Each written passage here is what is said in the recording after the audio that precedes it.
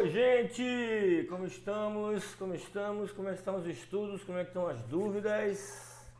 Simbora estudar, que é o melhor que a gente faz, aprender cada vez mais. Isso é importante. Então, bom dia, boa tarde, boa noite, boa madrugada. Bom a hora que vocês estiverem aí, que estejam super bem. Agora nós vamos entrar na aula 5, né? E vamos começar agora a falar realmente da auditoria, né? Então, primeiro de tudo é planejar a auditoria. Antes de fazê-la, você vai ter que planejar. Você nunca irá fazer uma auditoria antes de ter um plano. E também é um item que a ISO cobra, né? O planejamento da auditoria, que ela seja planejada. E tem que ter, e esse registro tem que existir. O registro do plano tem que existir. Então, planejamento, né? Fazer um plano, estratégia, uma direção, o que é que eu vou fazer? É um passo a passo do que você vai realizar. Isso é o seu planejamento. Então, ó, vou pegar aqui meu laser, a ponta do laser, né? Então, ó, o líder, porque às vezes a auditoria tem várias pessoas fazendo, tem um líder e tem alguns auditores, quando a auditoria é muito grande, tem uma empresa grande, depende muito da magnitude da empresa. Uma auditoria interna, já é o que a gente está pensando aqui, fazendo, estudando, pode ser que tenha 2, 3 pessoas, e se tiver duas, no mínimo duas, tem que ter um líder. Um tem que ser o líder. Sempre. Não, cada um vai fazer. Não. Tem que ter um líder e o outro é o auditor da equipe. O líder também vai auditar e esse aqui também vai auditar. Só que esse vai ser o líder, vai ser quem vai consumar os dados, vai verificar, montar o relatório, é o líder. Então, o líder da auditoria deve abordar um planejamento baseado nos riscos, nas informações do programa de auditoria e nas informações documentadas apresentadas pelo auditado. O que é isso? Primeiro, montar o plano. Baseado em riscos, quais são os riscos que vou ter para realizar aquele plano? Será que eu posso fazer a auditoria naquela data? Imagine quando entrou o Covid, gente, que a gente nem sabia, né? Quando ele entrou. E depois de um ano, se estavam fazendo auditoria em algum lugar. Então, qual era o plano? Um dos riscos era a contaminação de Covid lá dentro. Como é que eu vou auditar tanta gente, entrar numa empresa? Eu estou vindo de fora, vou entrar numa empresa, qual o risco que isso acontece? Vou levar contaminação para eles? Eu vou me contaminar lá? E se eu for fazer auditoria no hospital, auditoria numa clínica, e aí? Então tudo isso é risco, gente. Não pensando só em doença, vamos fazer uma auditoria numa usina de nuclear. Quais são os riscos de fazer auditoria numa usina nuclear? Em que áreas eu posso entrar? Que tipo de roupa eu tenho que usar? Quais são os riscos que eu como auditor estou correndo e a equipe que vai ser auditada estará correndo? Isso é que você tem que pensar. O risco de falta de gente para poder atender, o risco de algum acidente lá dentro, o risco da data não acontecer, o risco de der uma chuva muito forte nesse dia e não acontecer, tá? Então, risco, quais são os riscos que existem realmente para poder fazer com que a auditoria não aconteça? Então você tem que estar levantando isso, né? Nas informações do programa. O programa é o que? É o plano. O programa, o que é que você vai fazer da auditoria? Não se preocupe não, que mais na frente a gente vai ter um exemplo, eu vou mostrar você um exemplo todinho de um planejamento, da auditoria feita, um relatório, e vocês vão ter esse plano na mão, né? Para querer, se quiser fazer igual, se não quiser vai mudar, já que é uma planilha de Excel e ela é totalmente editável, você vai mexer como você quiser. Mas já vai ser uma grande base para você fazer qualquer auditoria. Então, né, no programa de auditoria e nas informações documentadas apresentadas pelo auditado. O que é isso? Você tem a norma, claro, a norma você já sabe, você já tem.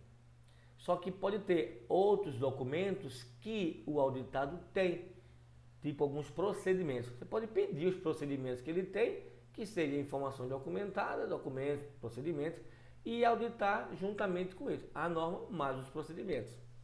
Entendeu? Aí por isso que ele chama de informações documentadas. Tá lembrado daquele D? Então, os riscos das atividades nos processos do auditado devem ser levados em consideração no plano para que exista um acordo entre ambas as partes. Tá lembrado do que eu falei? faz um plano, mostra para o auditado, olha, tal data vai ser tal área, tal data vai ser com fulano, com ciclano, tal horário. Será que isso dá certo? O auditado vai olhar e dizer, ah, tá, ok.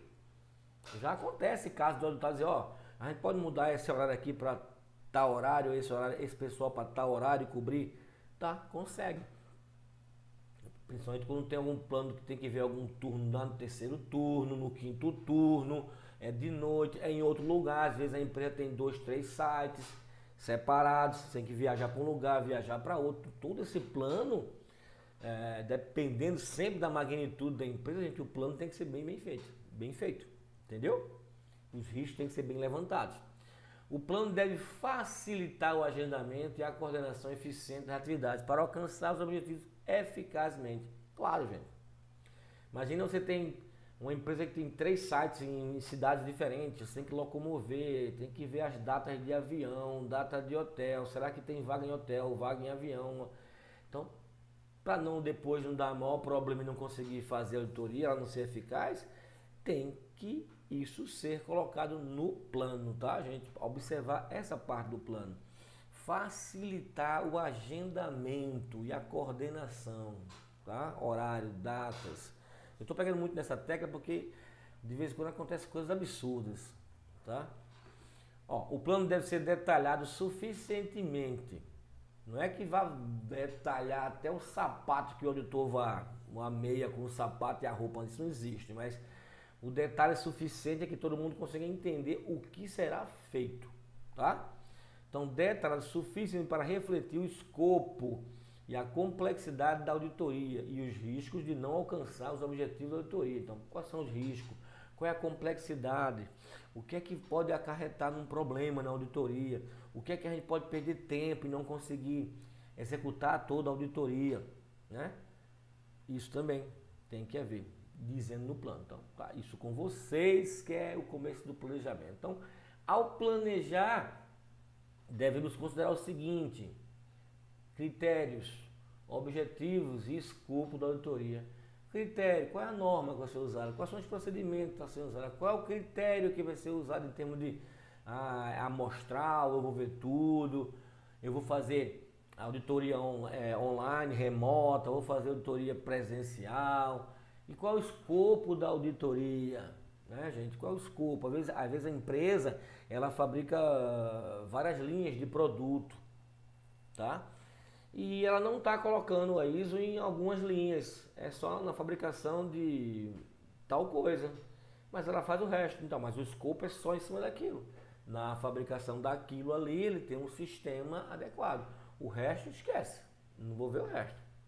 Então, tem que estar bem definido o critério, objetivo e escopo. Identificação da organização, claro, qual a empresa, qual é a pessoa, qual é a empresa, qual é a organização que está sendo feita a auditoria. E os processos a ser auditados. Os processos, eles falam de processo, gente. Gestão de RH, gestão do SGQ, gestão de compra, gestão de venda, gestão de frota, gestão da manutenção, gestão da produção, gestão da qualidade. Isso são os processos. Então ele vai auditar quais são os processos. Aí depende de cada empresa como é que ela está quebrando os processos dela e separando os processos. Já que processos é um item que a ISO ela exige que você tenha visão de processos. Quais são os processos e a interação entre eles, né? Ela fala sobre isso. Informação documentada de referência. Qual é a informação documentada de referência? A norma. Qual é a norma que você vai auditar? É a ISO 9001, é a ISO 14001, é a OSAS, tem a IATF.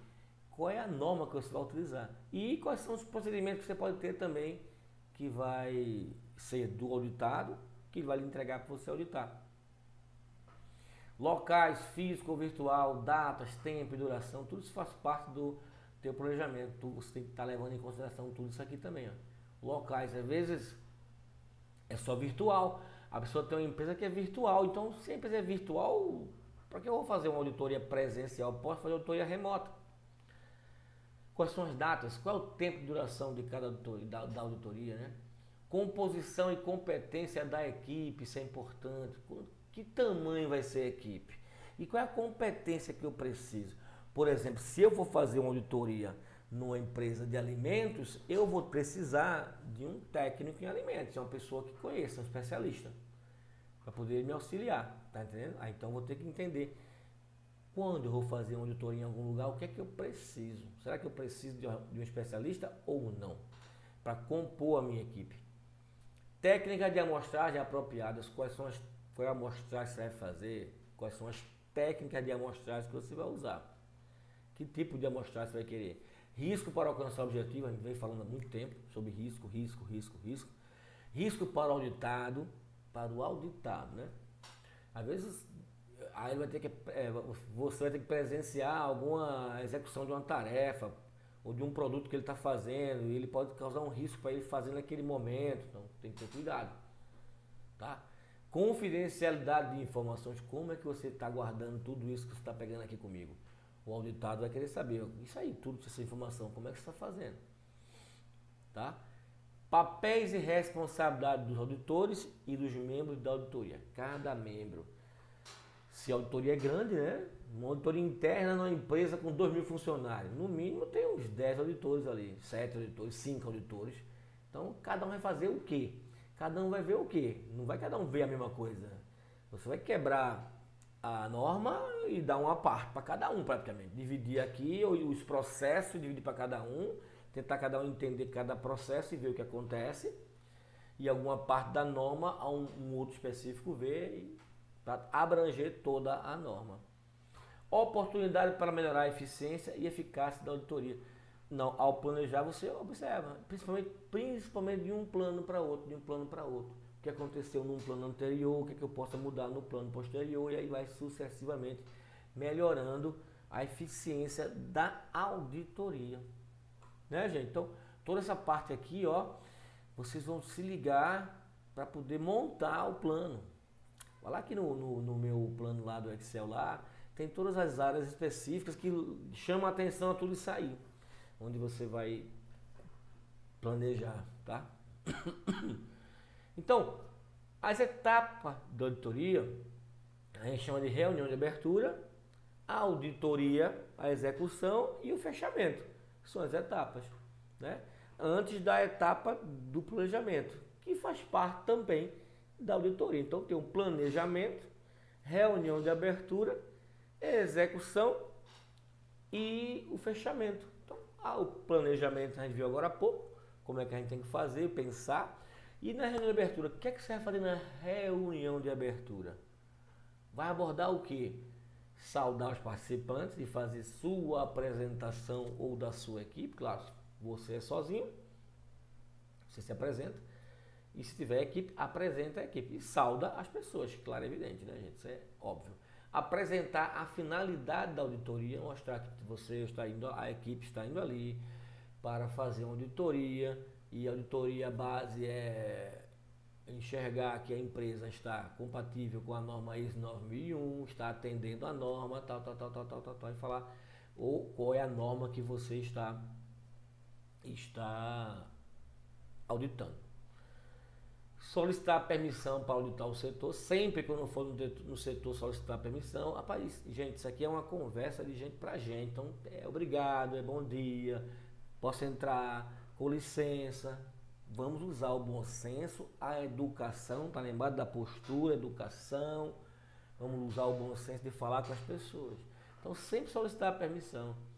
Informar que é o sistema que está sendo entrevistado e não as pessoas. Pessoas não se auditam, entendeu, gente? Eu não audito a pessoa, eu audito o sistema.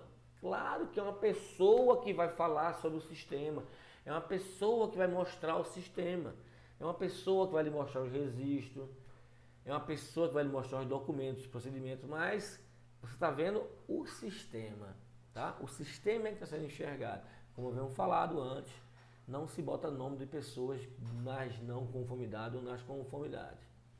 Avisar que informará de tudo que anotar ao entrevistado.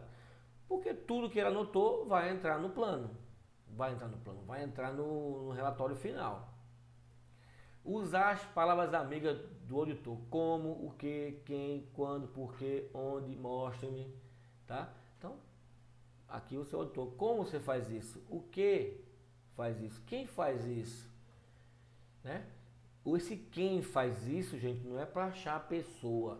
Quem faz isso, eu vou achar quem faz, uma pessoa, mas ali eu posso pegar essa informação dessa pessoa e ir no RH para saber essa pessoa aqui tem competência para fazer aquilo, essa pessoa está com os registros dela ok, essa pessoa foi treinada, entendeu?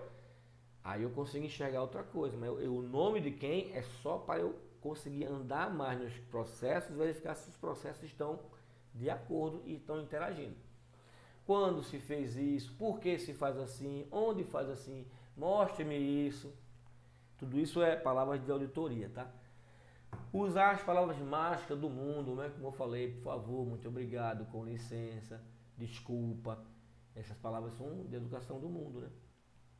Ser amigável, ser diplomático. Isso, na reunião de abertura, você pode ver que você está vendo aí posturas, né? Coisas da postura e dos princípios da auditoria, né? Então, tudo isso aqui você tem que ir na reunião de abertura.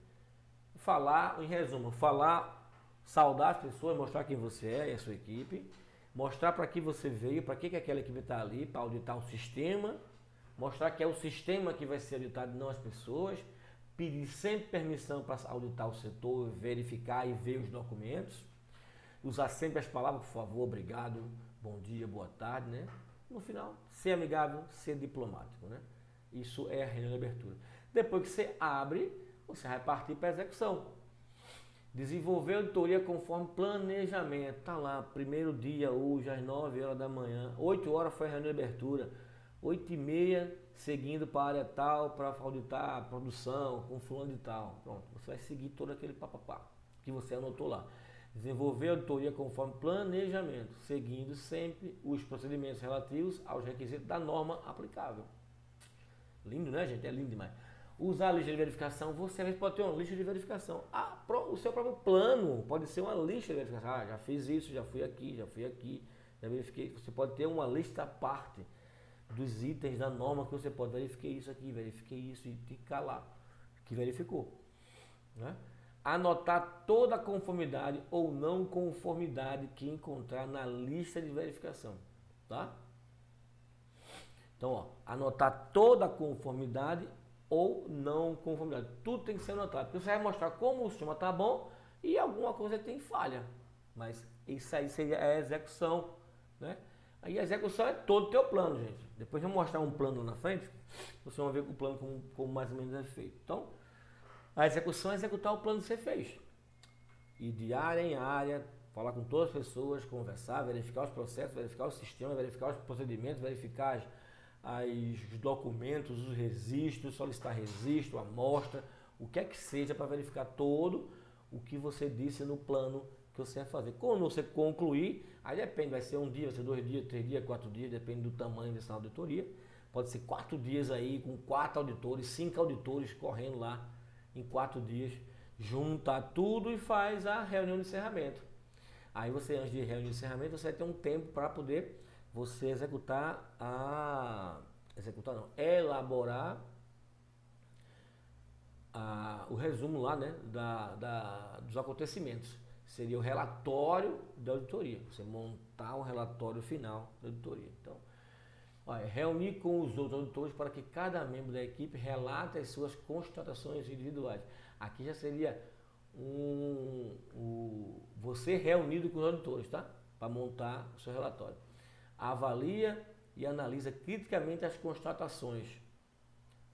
Confirma a categoria das não conformidades, se é maior ou menor. Mais na frente a gente vai ver, vai entender o que é maior e o que é menor. Tá?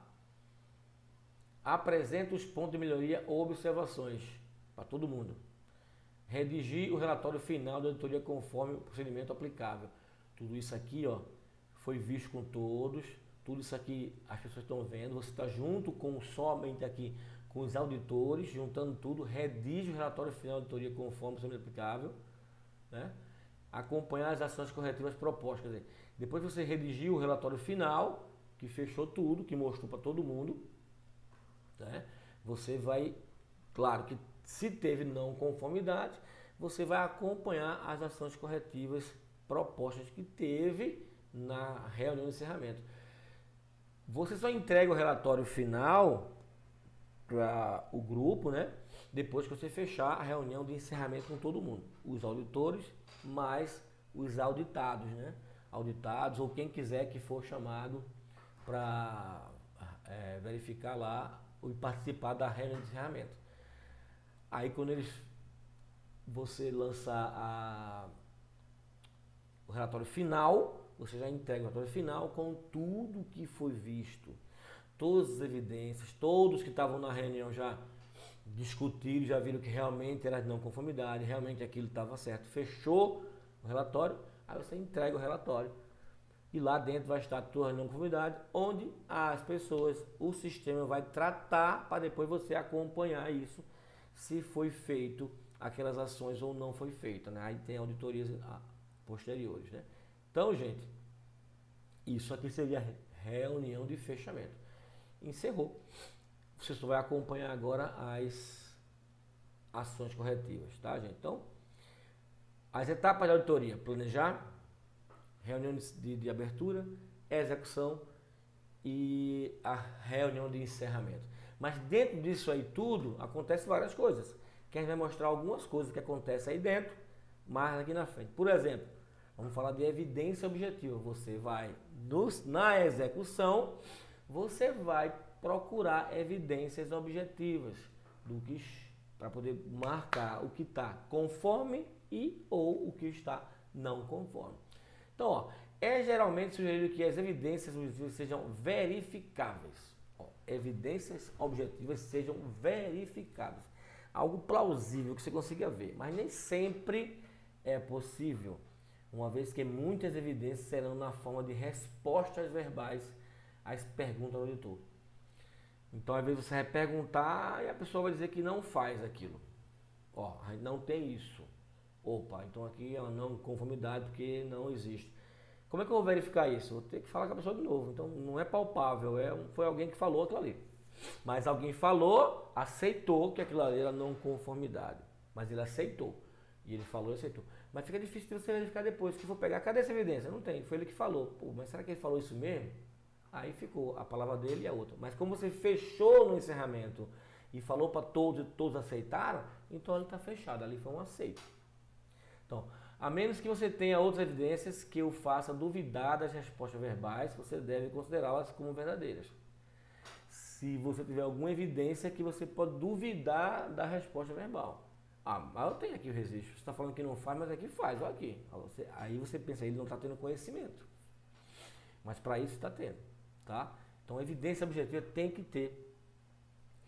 A evidência objetiva, algo que você veja, algo que lhe é dito por um representante ou funcionário da gerência como sendo a política ou prática da empresa. Isso é bom, será bom ter outra pessoa junto para testemunhar o dito. Isso é importante, né? Então, ó, evidência primeiro, algo que você veja. Se você está vendo, está palpando, é evidência. Outra é algo que lhe é dito, não é o que você pensa, é o que lhe é dito. Como é o que lhe é dito, você escreve e depois a pessoa vai realmente aceitar, então ok. E é bom que tenha outra pessoa do seu lado para saber, ó, testemunhar o dito. Atenção, ouvir dizer não é evidência objetiva. O que lhe for dito por alguém sobre o que outra pessoa faz não pode ser aceito como evidência objetiva. Você pode, entretanto, considerá-lo significativo o suficiente para procurar uma oportunidade de investigar mais profundamente. E tenho dito. Ouvi dizer não, gente. Alguém chegou assim, eu ouvi dizer que lá não tem isso não. Aí você não tem isso não, então vou botar aqui uma não conformidade. Não, calma, gente. Ele ouviu dizer, ele falou, um boato.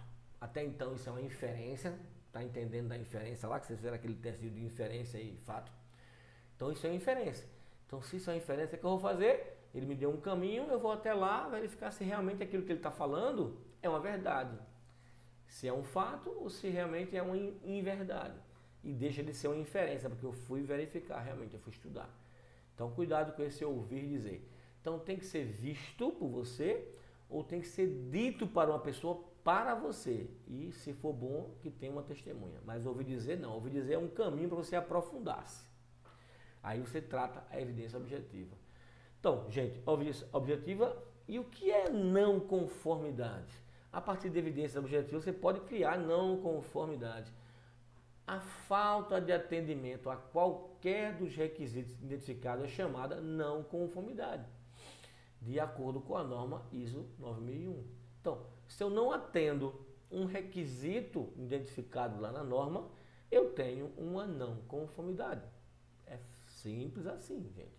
Então, lembre-se que a não conformidade deve ser baseada em fatos e os fatos devem estar baseados em evidências objetivas. A evidência objetiva vai procurar sempre um fato que foi visto, um fato que foi dito, né? E nunca ouvido, tá?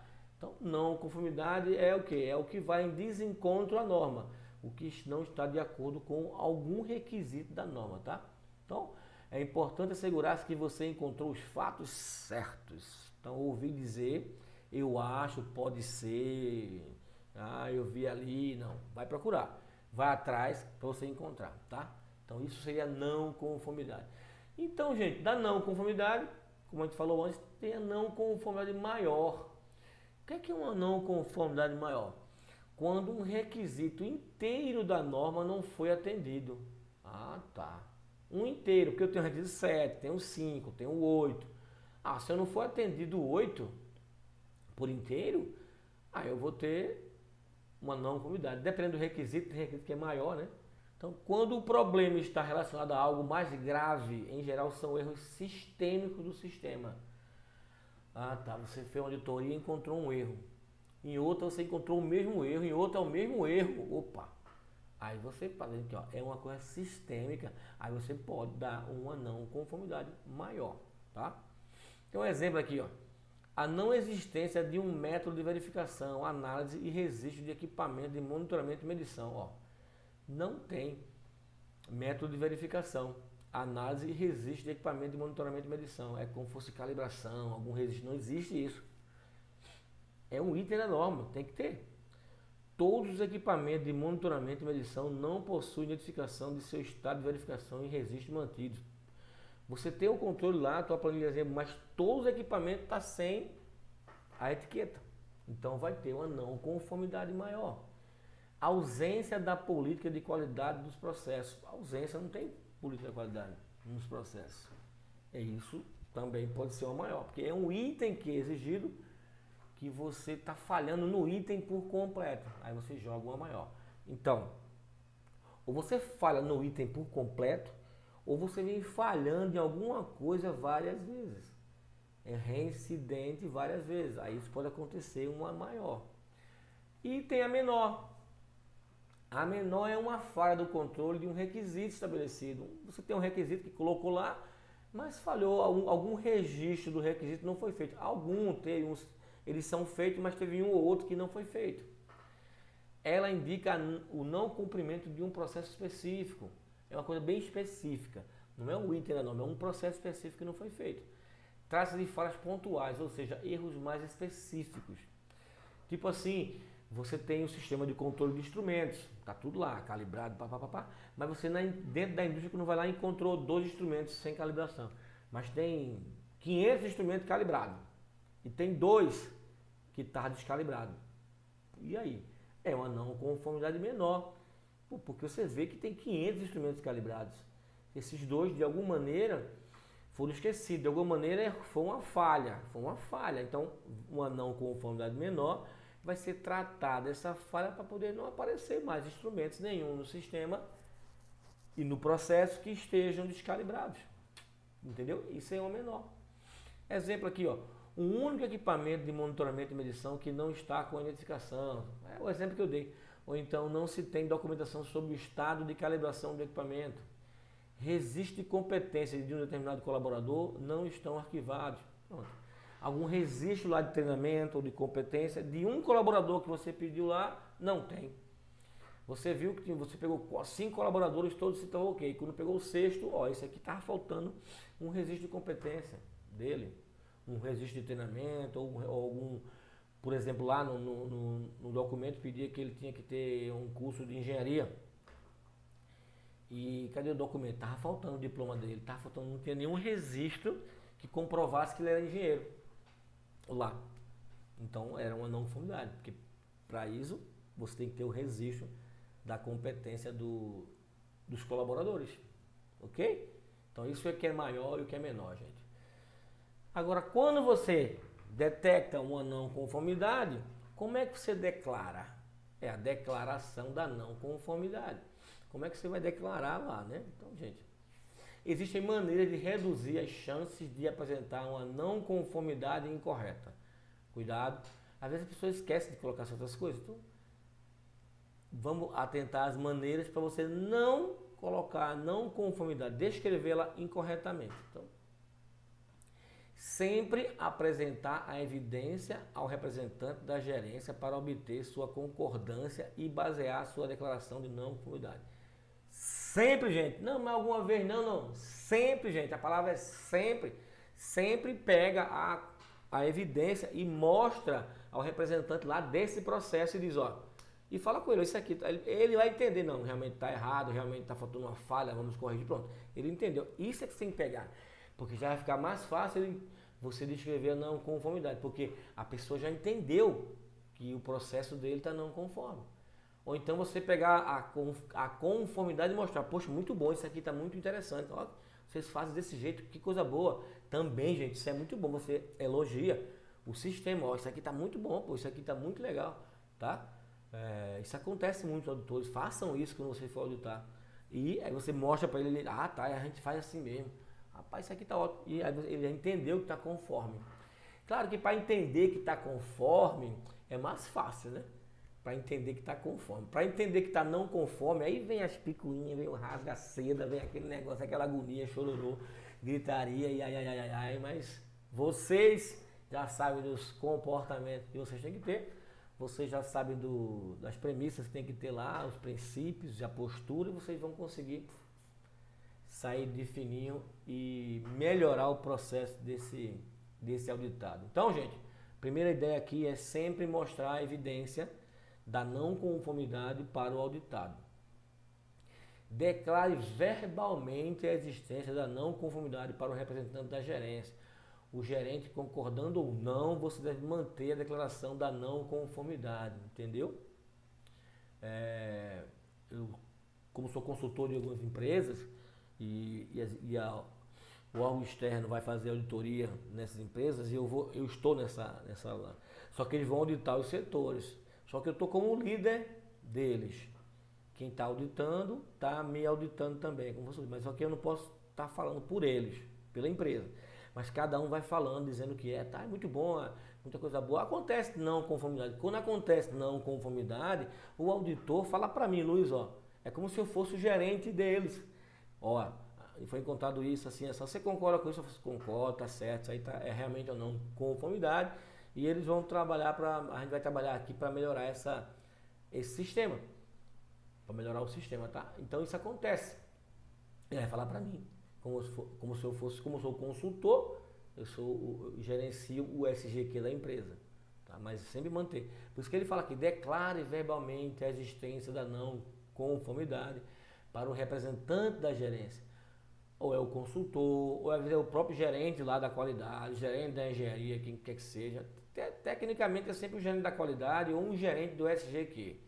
Depende do tamanho da empresa. O gerente concordando ou não, você deve manter a declaração da não conformidade. O gerente o corrigirá se tiver obtido fatos errados ou tiver mal interpretado os requisitos. Claro, eu como consultor nesse momento vou dizer, não, peraí, acho que eles mostraram alguma coisa diferente. Tem isso aqui que eles fazem, acho que eles não conseguiram mostrar. Vamos mostrar isso aqui? Ou então eu como conhecido não vou dizer, ó, não, mas a norma não pede isso. A norma não pede isso. Eu já passei por situações assim. Um auditor de uma norma Q1, que é a norma da Ford, da GM, Q1, é uma norma chamada Q1, qualidade em primeiro lugar, dizia para mim que, ó, seu banco de dados aqui da empresa está muito disperso, tem muitos bancos de dados. Esses bancos de dados que ele recebia era banco de dados de lições aprendidas. O que aconteceu no passado, para quando a engenharia fosse fazer novos produtos, ele ia verificar esse banco de dados, se houve algum problema com um produto similar, ia trazer para tentar fazer esse novo produto sem esse problema, tá? Então ele precisava desse banco de dados aí.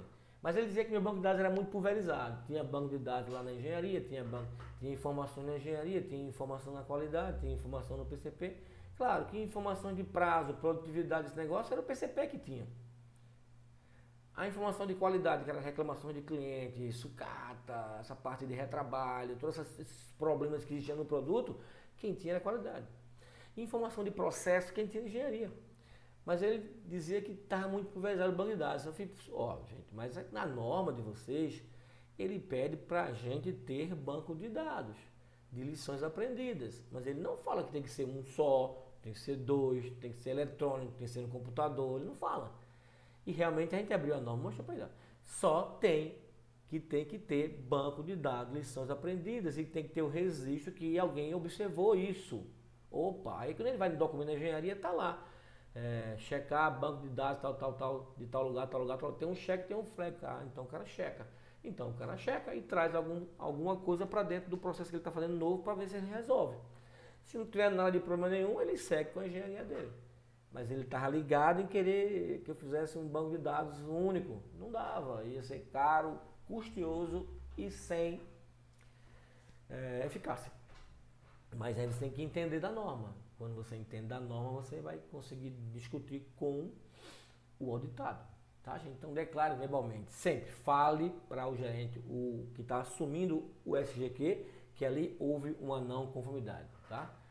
E os registros devem estar adequados com a não conformidade e as evidências objetivas encontradas na auditoria em suas anotações, uma vez que estas serão necessárias quando da redação da declaração. Claro, quando você pegar o registro não conforme, pegar a evidência objetiva, anotou, né? Porque você não está anotando, você não está declarando aqui na hora. Você junta as evidências e vai começando e vai continuando fazendo a sua auditoria, juntando as evidências, anotando, fazendo anotação. Depois que está tudo na mão, estou com tudo isso na mão, aí eu vou e declaro. Mas tenha tudo na mão. A anotação, a evidência objetiva que você pegou, o fato da não conformidade, né? Para depois você declarar. Se a gerência não concordou com sua não conformidade, anota este fato para a reunião de encerramento. A gerência não está concordando não, mas está bem óbvio, você entende da norma, como auditor, está bem óbvio que aconteceu aquilo. Mas a gerência não está concordando, então você anota que a gerência não está concordando. E na reunião de encerramento, você vai de novo falar isso, a gerência vai discordar e ali tem que chegar no ponto final. Se não concordar, não tem jeito. Como você entende a norma, você vai colocar lá que é uma não conformidade. E pronto. Entendeu? Então, a coleta desses dados é importante para você ter na mão, para poder, quando você for fazer a declaração. Então, né, gente? Vou voltar aqui só para a gente se ligar. Então, as maneiras de reduzir a chance, primeiro, sempre apresentar a não conformidade para o auditado. Declarar verbalmente para o gerente. O auditado pode não ser o gerente, tá? O auditado aqui você mostrou para o auditado a não conformidade. Aí tem um gerente do SGQ, por exemplo, quem está junto com você o tempo todo andando para todos os lugares, mostra para ele, tá vendo? Declara para ele verbalmente, tá vendo isso aqui? Ele vai entender, opa, aceitou, né? Depois você coleta todas as evidências objetivas, a sua anotação, o que você encontrou, o resultado que você discutiu. Guarda tudo para quando você sentar lá e for redigir a não conformidade, você não perder, tá? Cuidado. E aqui, 4 regras básicas para você verificar quando tiver escrito sua declaração de não conformidade e evitar erros. Primeiro, vamos pensar em ter uma boa não conformidade descrita. Achada, né? E agora você vai ter as regras para poder, quando você, depois que você declarou a não conformidade, você vai lê-la e vai ver essas 4 coisinhas. Primeiro, verifique se ela está correta. Está correta, eu escrevi corretamente. Então faz o seguinte, a declaração não conformidade não estará correta e compreensível se algumas das evidências importantes ou informações acerca da natureza do requisito e a maneira em que ele está sendo obedecido estiverem faltando. Então, olha para ela e vê se ela está correta. Está a evidência aqui, está demonstrando que foi na data tal, na revisão tal, está dizendo que não tem tal coisa. Tá. Opa, tá tudo aqui, as evidências. Então, verifique se ela está correta. Verifique se ela está completa. De nada adianta declarar todas as evidências e informações se isso não for feito de maneira que possa ser compreendida por pessoas não peritas. Então, tá completinho? Tá falando de forma que todos ali da reunião consigam entender? Tem gente que não é perito, mas você quando fala de certas coisas, você compreende, tá? Então, ó, insistindo, o cara não é perito, mas quando ele lê, ele compreende. Escrever bem em português não é fácil. Você deve sempre verificar cuidadosamente o que de fato foi escrito e não o que você acha que escreveu. Cuidado com pontuação, cuidado com a vírgula, que pode matar alguém, né? Tem aquela história de não, sem vírgula. Não condenem o réu. Não condenem o réu. Se eu ler sem vírgula, o réu está livre. Não, vírgula, condenem o réu. Pronto. Uma vírgula, o réu vai preso. É bem assim, gente. A vírgula pode condenar ou não condenar. Então, entenda. Não condenem o réu. Essa é a frase. Então não condenem o réu, está sem vírgula, então para não condenar, libertou, livre. Não, vírgula, condenem o réu. Opa, esse não está falando de alguma coisa que está oculta, que não está lá. Mas aqui tem condenem o réu, então tem que ser condenado. Então cuidado como você escreve, veja se ela está completinha e a escrita está boa. E legível e entendível por pessoas que não são peritas na qualidade, tá? Verifique se ela está clara. Veja se você não usou palavras desnecessárias na sua declaração de não conformidade. Ela pode ficar menos clara. Não escreva muito, seja mais objetivo. Vamos ver, vamos fazer vários exercícios ainda de como descrever isso aí. Mas primeiro vamos entender cada passo a passo. Então, volte para ver se você usou palavras tais como foi visto que. É óbvio que foi visto, não é preciso dizer, né? É óbvio que foi visto. Então, evidência de que, pronto, evidência de que foi visto que, ou então mandar aquela velha frase, por meio desta carta estou, não, fala logo por meio desta, você vai falar no meio, fala logo o que você quer falar, solicito, então solicito, por meio deste e-mail solicito que, não pô, solicito que, acabou, vamos ser objetivo. Seja conciso. Você deve ter escrito sua declaração de não conformidade num formulário que não lhe dá muito espaço. Por isso, ser conciso e objetivo é muito importante. Então, não seja desnecessário. Não usar palavras desnecessárias, tá? Então, vamos ser certinho, objetivo, conciso. Exato, exato, achar o alvo. Entretanto, não sacrifique a clareza, claro. Você não vai ser tão conciso que não consiga deixar a coisa clara. Porque às vezes você pode escrever uma palavra, duas, e você entende tudo que você escreveu ali. Porque você participou, você viu. Aí você quando leu, eu sei o que é isso. Mas a pessoa às vezes vai ler e vai dizer, o que é isso? O que é que ele quis falar com isso? O que é isso aqui? Então não seja conciso a esse ponto. Tá? Para sacrificar a clareza, como a gente fala aqui. Não sacrifique a clareza. E bom entendimento pelo bem da brevidade. Então cuidado. Você abreviou tanto que ele não conseguiu entender. Então não abrevie. Se for para ser grande, porque a coisa é grande, coloque grande. Tá? Então esses 4 pontos tem que ser bem detalhados. Esses 4 pontos que a gente viu aqui verifique se ela está correta, verifique se ela está completa, verifique se ela está clara e seja conciso. Se você amarrar com isso, que a gente viu na frente, que você mostrou a evidência para o auditado, você falou para o gerente, o responsável pelo sistema, e você obteve todos as suas amostras, os seus exemplos para poder montar a declaração. Aí vai sair perfeito, gente, vai sair filé. Aí depois disso você vai coletar só o quê? Eu vou acompanhar as ações corretivas. Opa, agora eu vou atrás de saber, porque tem data, você informou, as pessoas vão escrever qual foi o que aconteceu, qual é a causa que aconteceu, vai descrever as ações e aí vai ter um tempo, dependendo de como você montou na sua empresa, como é o tempo de resolver as questões, aí você vai atrás da ação corretiva. E o que é ação corretiva?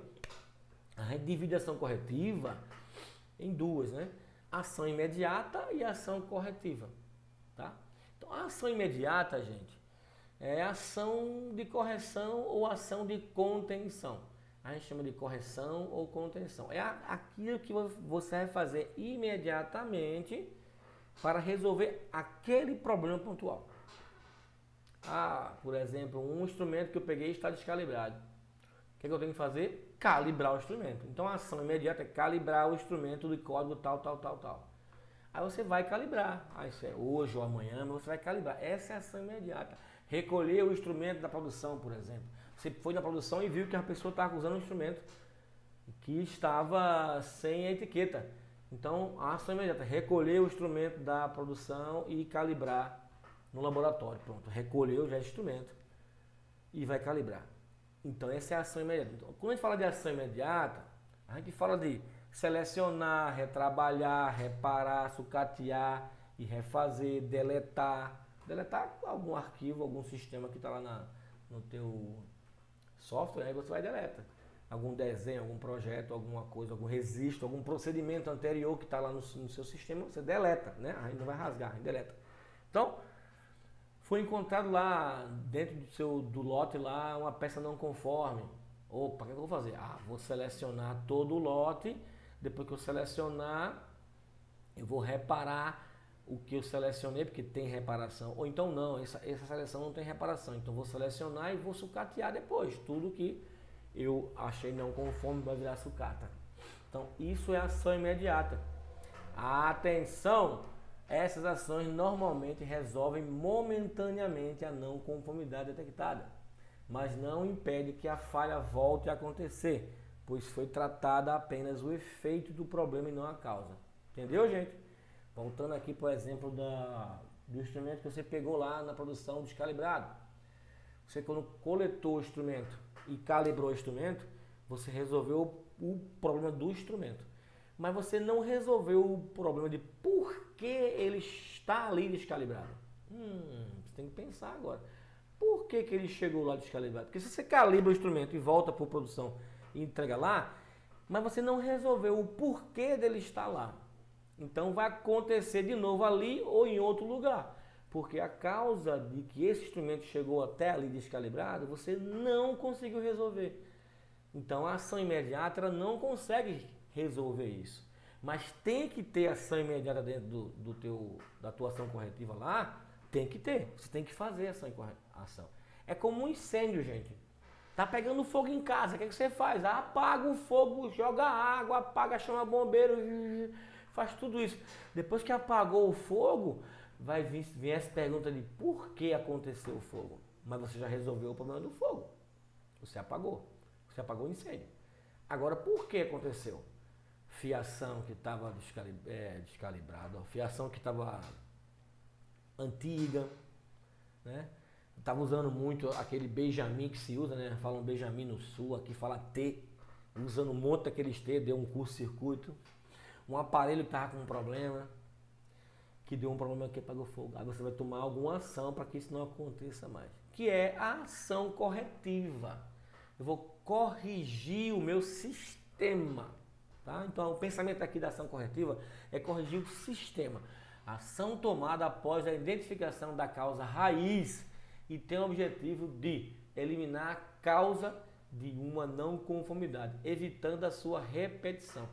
A gente não fala mais de ação preventiva. Está notando que não tem aqui mais ação preventiva. A ISO, quando fala de ação preventiva, gente, ela vai ver a ação lá em riscos e oportunidades. Aí sim, os riscos, quando você detecta, aí você toma ações preventivas. Porque quando acontece a não conformidade, não tem como fazer ação preventiva, porque já aconteceu. Não é para não acontecer de novo. Para não acontecer de novo é corretiva, você corrige, mas não preventiva, porque já aconteceu. A preventiva é para antes de acontecer. Por isso que chama de manutenção preventiva. A manutenção preventiva é para eu checar, fazer uma checagem, observar, ter data e ir na máquina parar ela, corrigir, lubrificar, trocar peça, ajustar, alinhar, para ela não quebrar. Quando ela quebra, a ação é corretiva, não é mais preventiva, tá? Então aqui a gente tem que procurar a causa raiz. Voltando para o instrumento calibrado, na hora que você pegou e calibrou ele de novo e voltou à produção, agora você tem que procurar por quê? Qual é a causa desse instrumento não estar calibrado e chegar lá na produção? É isso que tem que achar. E tomar a ação nessa causa. Aí você vai usar 5 porquês, você vai usar Chikawa, aí tem várias ferramentas na qualidade. Você pode até usar um Lean Six Sigma, e se quiser aproveitar, tem cursos gratuitos lá Luiz Moraes, né? Você pode procurar lá Luiz Moraes e procurar fazer o curso de White Belt e fazer um curso de Yellow Belt. Você faz um curso de Yellow Belt, você já aprende a resolver várias ações, vários problemas dentro da sua empresa. Você já aprende técnicas. E é gratuito, gente. 16 horas de Yellow Belt, aí 4 horas de White Belt podem fazer gratuitamente lá. Tá? Procura lá o próprio ramal que tem aí, o canal que eu tenho aí. Pode mandar um e-mail, mandar um WhatsApp, mandar um Instagram, que a gente manda o link e vocês se inscrevem. E vocês mesmo que estão fazendo auditoria, é bom porque vocês têm o conhecimento de como se monta uma ação corretiva, como é que eu monto, como é que eu procuro uma causa raiz, como é que eu procuro... Aí lá a gente aprende um bocado de técnicas, muito bom.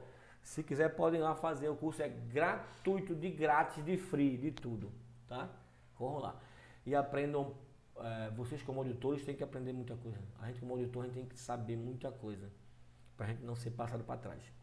Então, ação corretiva, voltando aqui, para eliminar a causa, o que causou aquele problema, tá?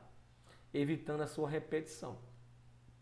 Então, gente, o fluxo da não conformidade, né? Registro da qualidade, ó, esse aqui é o fluxo. Auditoria, identificação da não conformidade. Estou fazendo auditoria, eu identifico a não conformidade. Responder a não conformidade. Aí isso são as pessoas, os auditados que vão responder a não conformidade. Você pode ajudar? Pode, é claro. Você deve ajudar se quiser. Pode dar opiniões, pode dar pitaco nesse momento aí. Pode dizer, ó, faça assim, faça assado. Ó, em empresas que eu já vi fazer assim. Mas nunca diga na empresa tal faz assim, na empresa tal faz assim, fulano tal faz assim. Não. Ó, na empresa tal ele faz isso assim, assim. Pronto. Responder a não conformidade. Eles vão implementar as ações corretivas. Verificar as ações corretivas. Aí você vai verificar as ações, porque você tem uma data, você vai receber as respostas dizendo as ações em tais datas. Aí você em tais datas vai verificar se essas ações foram feitas. Supervisão das ações, documentos de lateralidade, claro, porque ele vai, dependendo da causa, ele pode fazer uma abrangência em todos os processos. Por isso que é bom você ir lá ver o Yellow Belt. E depois, por fim, você registro da qualidade. Vai registrar a qualidade. Depois que registrou, você vai voltar de novo para a auditoria. No próximo período você vai fazer outra auditoria, vai acontecer tudo de novo. Pode ser que não aconteça nenhuma não conformidade, então tudo isso aqui para, só na outro ano. Isso aqui vira um ciclo vicioso e virtuoso, né? Vicioso de vício mal não. É um bom vício esse, virtuoso, porque vai fazer com que o sistema ele melhore a cada dia, a cada período, tá, gente? Isso aí seria o fruto da não conformidade. E agora um pouquinho de auditoria versus auditor. O que é que eu quero dizer com isso aqui? Vamos lá ver aqui na frente. A auditoria interna da qualidade é a principal ferramenta do sistema da qualidade. Gente, porque é com ela internamente que você vai melhorando a sua cultura. Gente, eu aplico às vezes nas empresas que não tinha nada, não tem nada. Não tem processo. Eu apliquei numa empresa uma vez que ela tinha 19 reclamações de cliente, 19, 17, 18. Começou a cair, gente. O mês passado já deu um 0, o mês retrasado deu um 0, o mês passado deu 2. Começa a cair porque você começa a colocar o sistema para funcionar, as pessoas começam a colocar registro. Então, quando você começa a registrar, você começa a se auto-vigiar se está fazendo certo ou fazendo errado, entendeu? Todo mundo está preso num sistema que se comunica, então cada um consegue ser o filtro de cada um. Mas quando você não tem nenhum sistema, cada um faz por que faz, ninguém está sendo responsabilizado por nada. E o sistema responsabiliza, porque papéis e responsabilidade de cada ambiente. e os papéis e responsabilidade que eles estão intrínsecos. Então um mexe com o outro. Se o RH está contratando a pessoa errada, quando entregar para um processo, vai dar problema. O sistema que ele está fazendo de contratação tem que ser melhorado, né? A produção recebe matéria-prima inadequada porque está comprando, não está sabendo comprar direito, a matéria-prima direito, não tem registro. Tudo está interligado. Através da auditoria é que se pode medir o nível de adequação do sistema da qualidade, da qualidade perante a norma. Esse dá aqui, só fiz eu engasgar, esse dá morreu. Através da auditoria é que se pode medir o nível de adequação do sistema da qualidade perante a norma de referência. Que norma de referência? A gente está falando da ISO, né? ISO 9001. Mas pode ser várias normas. Tudo que você está aprendendo aqui, gente, vai servir para qualquer norma que você for utilizar, tá? Então, isso seria auditoria. E o auditor? O auditor tem o papel de ajudar, criar oportunidade de melhoria, com o apontamento de não conformidades. E isso, gente, as conformidades e as não conformidades ajudam a melhorar, principalmente as não conformidades. Vai mostrar isso. Ele não é elemento dedo duro, gente, com o objetivo de apenas apontar erros. Eu sei que é complicado, você que é auditor, quando chega para auditar, eita, lá vem o auditor, lá vem o dedo do capeta, misericórdia, lá vem ele ali, ó, vai apontar, vai contar tudo que é errado e vai dizer para fulano de tal e a gente tá ferrado. Não. É o que eu estou falando, você tem que demonstrar confiança, transparência, tentar demonstrar que você está lá para ajudar, para fazer com que o sistema progrida. Então, ele não é um dedo duro, com o objetivo de apenas apontar erros, tá, gente? Ser auditor da qualidade é estar sempre contribuindo para o crescimento da empresa, buscando a melhoria contínua e estar sempre aprendendo nas mais diversas situações. Você vai aprender o tempo todo. Lamento dizer que esse curso não vai transformar você no auditor interno. Lamento, você só vai se transformar no auditor quando você começar a fazer auditorias. Você aprende todo dia. Você vai aprender a toda auditoria que você fizer. Você vai aprender técnicas, você vai aprender processos, você vai aprender como é que faz as coisas que você vai ver. E outra, você vai aprender comportamentos. Você vai entender o quanto o seu comportamento afeta no comportamento do auditado. Isso você só vai aprender quando você começar a fazer auditoria, tá, gente? Oxe, acabou, tava tão interessante, não foi? Então, gente, fechando aqui, né? O auditor, a auditoria é super importante, interna, para fazer crescer, medir o nível. O auditor tem todos esses preceitos aqui, não é dedo duro, cuidado com isso, busque sempre melhoria. E agora ficaremos para a próxima aula, né? Que a gente vai ver o plano de auditoria, exemplo de plano de auditoria interna. Vou mostrar para você um exemplo, passo a passo, como eu faço. Tá. Tem vários tipos de planos, você pode entrar na internet também, pesquisar outros planos, tem vários tipos. A gente não vai ver vários, vamos ver um, focar em um tipo abrangente e de lá vocês vão criar o de vocês, ou usar o mesmo, vocês vão ter até esse exemplo do plano, vocês vão ter na mão, tá? Então, gente, até a próxima aula, exemplo de plano de auditoria interna do curso Auditor Interno. Gente, valeu, qualquer dúvida, vai no Instagram, eu sei que essa aula ficou um grandinho, não foi? Ficou um pouco grande, mas tudo bem. Qualquer dúvida, Instagram, WhatsApp, e-mail, telefone, liga, fala o que quiser, tá, gente? Beleza, João? Beijão no coração e abração. Até mais, gente. Bye, bye.